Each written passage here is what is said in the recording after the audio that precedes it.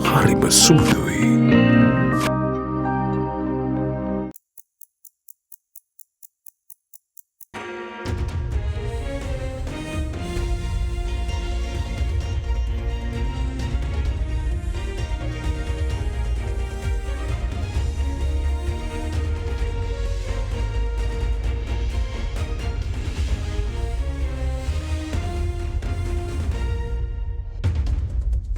Tonight on First at 9 this Friday the 26th of January 2024.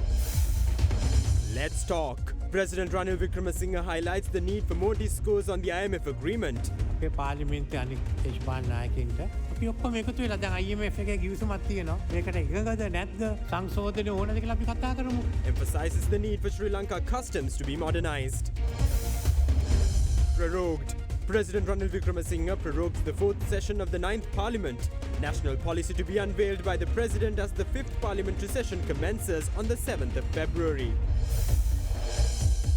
Mind your business. The Russian ambassador in Colombo calls foreign influence on online regulations irrelevant and unacceptable. ඔබේ විශ්වාසය දිනු සෙන්සුරයින් දැන් ළඟමැති ෆාමසියෙන් ලබාගත හැක. This is AdaDerana First at 9. Live from Studio 24 in Colombo. Good evening and welcome to AdaDerana First at 9. I'm AdaDerana Singh joining you live with the latest in Sri Lanka and around the world. Now in your top story tonight, highlighting a lack of political dialogue on Sri Lanka's IMF agreement and more broadly on the future of Sri Lanka's economy, President Ranil Wickremesinghe today invited all political party leaders in Sri Lanka to have discussions, voice their concerns and suggest any amendments to the IMF agreement in the interest of Sri Lanka's future. The President went on to say that he is ready to invite the Managing Director of the IMF and even the World Bank President, if necessary, to present those concerns and amendments suggested once they have been finalized. Addressing a gathering in Colombo this morning, the President also highlighted that efforts to modernize Sri Lanka customs are underway, which includes the introduction of a new law. An event to celebrate the International Customs Day was held at the Colombo Customs headquarters under the patronage of President Ranil Wickremesinghe this morning.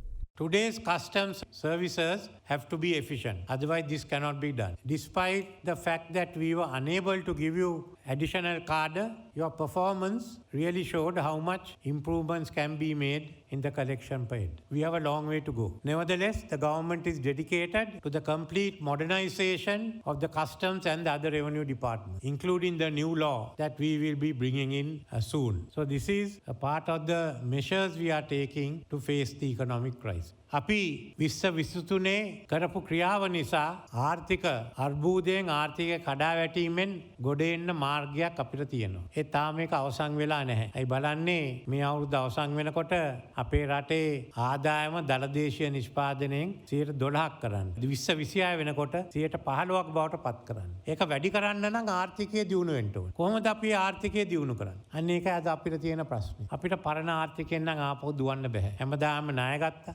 දේශීය ණය ගත්තා, විදේශීය ණය ගත්තා. ඔක කඩා වැටෙන්න තිබුණ දවස. මේ යන විදියට. අපි මතක තියාගන්න අපි අලුත් ආර්ථිකයකට යන්න ඕනේ. ලෝකික තරඟ කළා විදේශ විනිමය ලබා ගන්න. අපනයනේ වැඩි කරන්න. පෙබ්‍රුවරි 3 වෙනිදා මම තායිලන්තේ එක්ක අපි ගිවිසුමක් අත්සන් කරනවා. අපි වාගේම තේරවාද බෞද්ධ රටක්. ඒත් ඒ ගියේ එක මාර්ගයක අපි ගියේ තව මාර්ගයක. ඒකේ වෙනස තමයි අපි දකින්නේ. ඉතින් අනාගතේ මේ ගන්න පියවර එක්ක අපි අත කරන ආර්ථිකයේ කුමක්? ඒ ගැන හිතලා බලන්න ඕමනයි. අපි සාකච්ඡා කරන්න ඕම. අපේ දේශපාලන පක්ෂ ඒවා ගැන කතා කරන්න. මැතිවරණයකට යනවා නම් කොහොමද මේ රටේ ප්‍රශ්න විසඳන්නේ කියලා දැනගන්න ඕනේ. දැන් අපි IMF සංවිධානයේ සමග ගිවිසුමකට අවිල්ලා තියෙනවා. ඒ ගිවිසුම රටවල් මං හිතන්නේ 20ක් 15ක් 20ක් තවත් සංවිධාන ගණනාවක් එක අත්සන් කරන්න තියෙනවා. අපි එතන ඉන්නේ ඒකෙන් ඈත් වෙලා යන්න බෑ. ඉතින් කොහොමද අපි මේක පිළිගන්නේ? මේකයි අද අපි ලංකාවේ කතා කරන්නේ. මේකයි අපේ දේශපාලනේ කතා කරන්නේ. ඒක සිදු වෙන්නේ නැහැ. ඉතින් මම කියන්නේ අපේ පාර්ලිමේන්තුවේ අනික් දේශපාලන නායකයින්ට කිසිම ප්‍රශ්නයක් නැහැ. අපි ඔක්කොම එකතු වෙලා දැන් IMF එකේ ගිවිසුමක් තියෙනවා. මේකට එකඟද නැද්ද? සංශෝධන ඕනද කියලා අපි කතා කරමු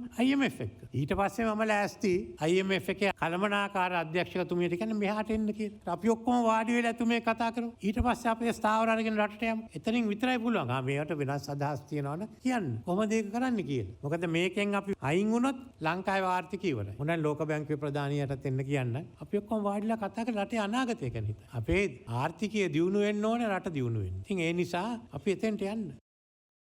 Now, meanwhile, President Ranil Wickremesinghe prorogued the 4th session of the 9th Parliament with effect from midnight today. The fifth sitting of the 9th Parliament is expected to commence on the 7th of February following the policy statement which will be delivered by President Wickremesinghe. As per the executive powers of the President pursuant to Article 70 of the Constitution on summoning, proroguing and dissolving the Parliament, President Ranil Wickremesinghe prorogued the fourth sitting of the 9th Parliament. The extraordinary gazette proroguing the Parliament will come into effect at midnight today. Upon the prorogation of Parliament, the questions and motions which were not taken up in Parliament will be abolished, prompting members of Parliament to take them up in accordance with the standing orders.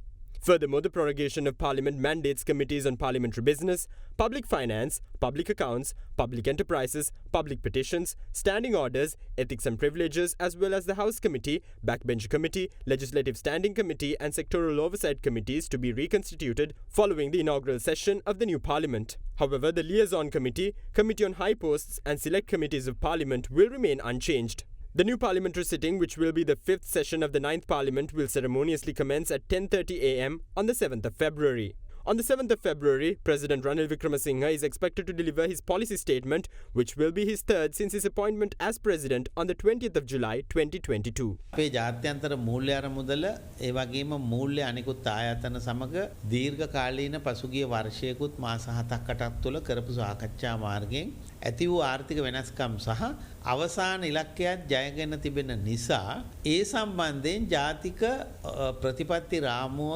පිළිබඳ නැවත පාර්ලිමේන්තුව සීකඳ වී යුතුව තිබෙනවා. ඒ වගේම අයවැය කාර්යාලය ඇතුළු අනෙක් කාර්යාල පිළිබඳ ක්‍රියාවලියත් 2024 වර්ෂයේ ප්‍රකෘතිමත් කළ යුතුව තිබෙනවා. ඒ සඳහා නව පාර්ලිමේන්තු සැසිවාරයක් ඇමතීම සහ ඒ පිළිබඳ ජාතික ප්‍රතිපත්ති රාමුව පැහැදිලි කිරීම ජනාධිපතිවරයා හැටියට වැදගත් කියන එකයි අපේ මතය. However, the main opposition criticized the president's move to prorogue the parliament. නවවෙනි පාර්ලිමේන්තුවේ හතරවෙනි වතාව පාර්ලිමේන්තු සැසිවාරය කල් දමන රට බංකොලොත් වෙලා තියෙනවා. කොච්චර වීදමක් යනවද පාර්ලිමේන්තු සැසිවාරය අවසන් වුණාට පස්සේ යලි කැඳවන්න. ඒ වගේම ඔබ දන්නවා පාර්ලිමේන්තුවේ ඉතා වැදගත් කමිටු තියෙනවා. කෝප් කමිටුව වෙන්න පුළුවන්, ගිණුම්කාරක සභාව වෙන්න පුළුවන්, ඒ වගේම අමාත්‍යංශ අධීක්ෂණ කිරීමේ කමිටු තියෙනවා. ඒතර මේව සියල්ලම අවශ්‍ය වෙනවා. ඒ කමිටු පත් කරන්න මාස දෙකක්වත් යනවා. Now, the controversial online safety bill has sparked a diplomatic exchange of words with the Russian ambassador in Colombo, Levan Jagarian, stating that regulations of the online sphere are solely a domestic issue of Sri Lanka, while adding that any interference in this internal issue by foreign powers is absolutely irrelevant and unacceptable. The Russian ambassador's statement came hours after US ambassador in Colombo, Julie Chung's reaction to the online safety bill yesterday. Through a statement issued by the Russian embassy in Colombo this morning, Russian ambassador in Colombo, Levan Jagarian, highlighted that Russia is currently following the developments pertaining to Sri Lanka's online safety bill passed in parliament earlier during the week on Wednesday. He added that Russia also takes notice of all comments and reactions both from the domestic political sphere and among the foreign powers accredited in Sri Lanka. Highlighting that regulations in the online sphere are solely a Sri Lankan domestic issue, he highlighted that any interference in this internal issue by foreign powers is absolutely irrelevant and unacceptable. The Russian ambassador's statement came hours after US ambassador in Colombo, Julie Chung's response to the online safety bill.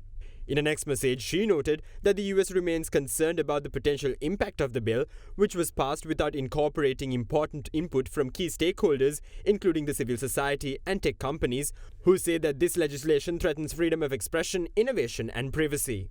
She added that in addition to jeopardizing democratic values, vague and overly restrictive legislation can hinder investment and the development of a digital economy, undermining the economic growth that Sri Lanka needs.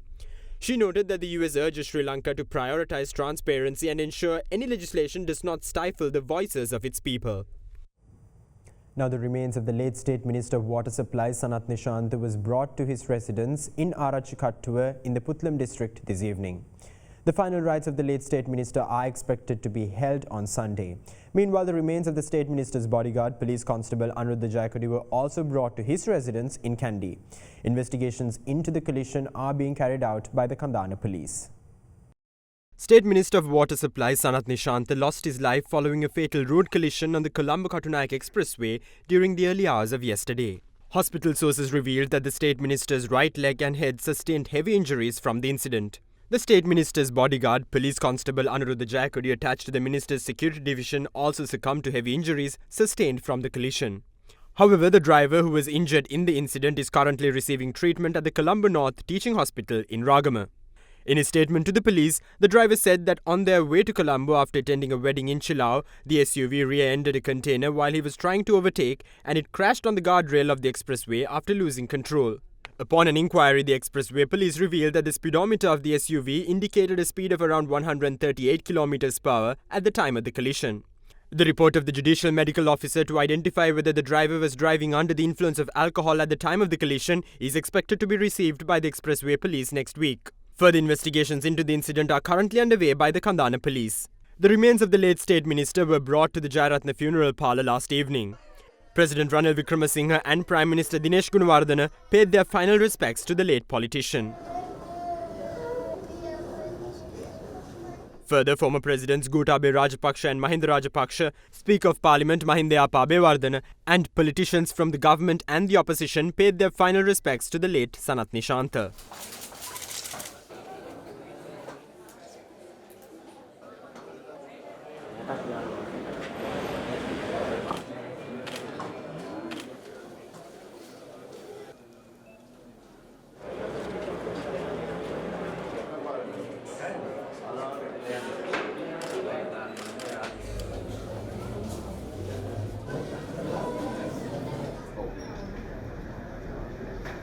At around 12 p.m, the State Minister's remains were taken from Borella to his residence in Arachikattuwa in Chilao.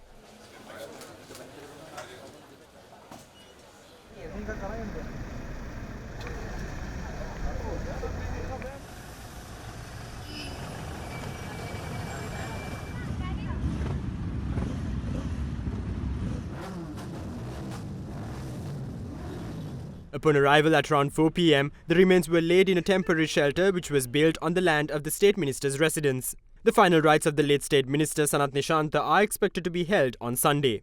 Meanwhile, the remains of the State Minister's bodyguard, Police Constable Anuruddha Jayakodi, were also brought to his residence in Kandy. He was 43 years old at the time of his demise. Now, leader of the Mabumu Janata Party, Dilip Jayawira, says that farmers have to embrace an entrepreneurial mindset for the development of Sri Lanka's agriculture. He made these comments while addressing a gathering in the Anuradhapura district. A public gathering with the farming community in Madavachia was held recently under the patronage of leader of Mabumu Janata Party, Dilip Jayawira. මම විශ්වාස කරන ආකාරයට මේ කෘෂි කර්මාන්තය මෙතනින් ඉදිරියට ගිහිල්ලා තාස්ත්‍රික කෘෂි කර්මාන්තයක් දක්වා වෙනස් කරන්නට නම් මේ ගොවියා ව්‍යවසායකයෙක් කළ යුතුමයි. ලෝකයේ දියුණු හැම රටක්ම දියුණු වෙලා තියෙන්නේ සම්පූර්ණයෙන්ම ඒ රට ව්‍යවසායකම චින්තනයකට යොමු කිරීමෙන් පමණයි. මේ මුළු රටම ව්‍යවසායකත්වයක් හැටියට හිතනවා නම් අපිට කන්න දෙකකින් මේ රටේ තියෙන මේ ප්‍රශ්න ටික විසඳ ගන්නට පුළුවන්. මම හිතන්නේ ඒක තමයි අපිට රටටම දෙන්න පුළුවන් ආදර්ශය. Now, an individual was attacked with a sharp weapon in Tangol. A pedestrian who was injured in the attack was also admitted to hospital. In Ratnapura, meanwhile, 2 foreign nationals had reportedly defrauded a gem dealer of 13.8 million rupees during a gem deal and had subsequently escaped. With that, let's take a look at some developments across the island in brief. An individual in Tangol was attacked with a sharp weapon near a supermarket. The attacker, who also injured pedestrians who attempted to stop him, fled the scene thereafter. A pedestrian who was injured in the incident was admitted to the Tangol base hospital for treatment. The incident was recorded on a CCTV camera nearby. In Ratnapura, meanwhile, 2 foreign nationals who purchased gems from a Sri Lankan gem dealer have escaped after defrauding the local gem dealer of 13.8 million rupees. It was revealed that the 2 foreign nationals had packed the cash required for the transaction in such a way that several dollar notes were placed on top of a wad of paper. In Rathota, meanwhile, a 16-year-old schoolboy had drowned in the Serugolla Oya in Bandarapole. The deceased boy was revealed to be a resident of Galvadukumura in Matale. The tragic incident had taken place after the 16-year-old boy and a group of his friends had gone for a swim.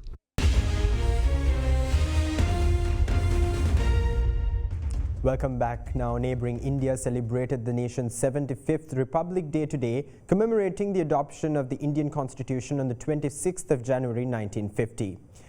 Though India gained independence from colonial rule in 1947, it wasn't until the 26th of January 1950 that the Constitution of India came into effect, after which India became a sovereign state, declaring itself to be a republic. As such, the day was celebrated with a colourful parade, while President Emmanuel Macron of France graced the celebration as the chief guest. Adding significance to this year's parade, for the first time an all-women contingent of the Indian Army, Navy and Air Force also marched in the parade. Furthermore, a French army contingent marched alongside their Indian counterparts too. The Indian paramilitary troops also marked their first appearance in a Republic Day celebration. Meanwhile, in Sri Lanka, an event to commemorate the 75th Republic Day of India was held at the official residence of the Indian High Commissioner in Colombo. The event was attended by several Sri Lankans and Indians.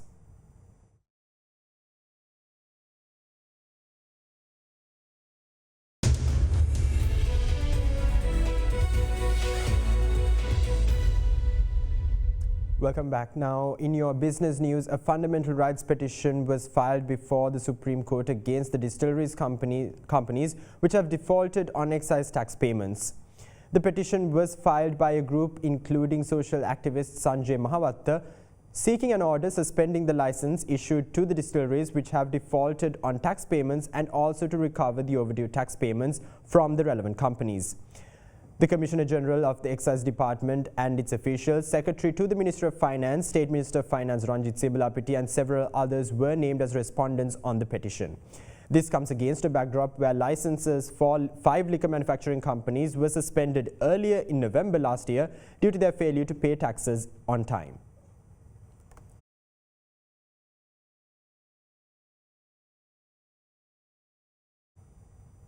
Now, the Colombo Stock Exchange closed in green today, snapping a 12-session losing streak driven by gains in the industrial and consumer staple stocks.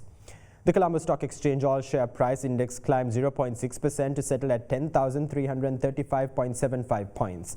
John Keel's Holdings and Sri Lanka Telecom were the top gainers on the index, rising 1.8% and 2.3% respectively. Trading volume on the ASPI rose to 27.2 million shares from 18.5 million shares in the previous session. The S&P Sri Lanka 20 meanwhile rose by 0.88% to end at 2,929 points. The equity market's turnover rose to 798.2 million rupees from 583.8 million rupees in the previous session. The capital goods sector was the top contributor to the market turnover, while the banking sector was the second highest contributor. Foreign investors were net sellers of floating stocks worth 358.4 million rupees, while domestic investors were net buyers purchasing shares worth 640.6 million rupees.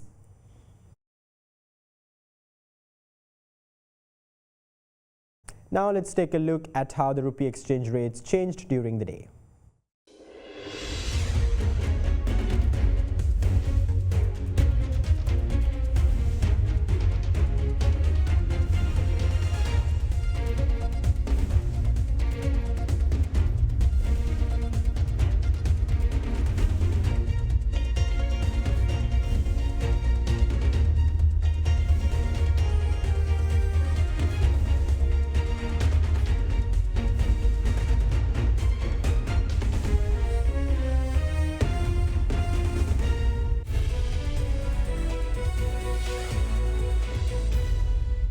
Now, the National Development Bank was named the official banking partner of the Kadal Exhibition 2024. In the meantime, Alumex PLC ended an exceptional 2023, clinching over 14 awards throughout the year. With that, let's take a look at some corporate news in brief. The National Development Bank PLC was announced as the official banking partner of the eagerly anticipated Kadal Exhibition 2024, hosted at the BMICH from today up until the 28th of January. As the official banking partner, NDB's dedicated stall invites potential homeowners to explore NDB home loans. Customers visiting the NDB stall can avail themselves of complimentary legal and technical advice on home loans, enhancing their understanding and confidence in the home buying process. In the meantime, Alumex PLC, a prominent player in the aluminium extrusion industry, capped off an exceptional 2023 year with great success, clinching over 14 awards in the past year, affirming their leadership in shaping Sri Lanka's export landscape and commitment to governance, sustainability and business excellence. At the 25th Presidential Export Awards 2023, Alumex received the coveted title of Overall Emerging Exporter of the Year 2021-2022 and a merit award in the light engineering sector. Alumex also bagged silver under the machinery and light engineering sector at the 31st NCE Exporter Awards. In other corporate news, John Keel's Properties proudly unveiled the model apartment of its latest residential project, Viman, to the media on the 24th of January 2024 at the John Keel's Properties head office. The residential project Viman is poised to transform living spaces in the heart of Jayala in line with the developer's vision of creating new worlds and curating spaces that redefine life's experiences. Sprawling across 6 acres in the heart of Jayala, Viman offers a harmonious blend of modern comforts with 418 apartments and is designed to provide a secure, family-friendly environment with convenient access to Colombo city while retaining the charm of a small town setting.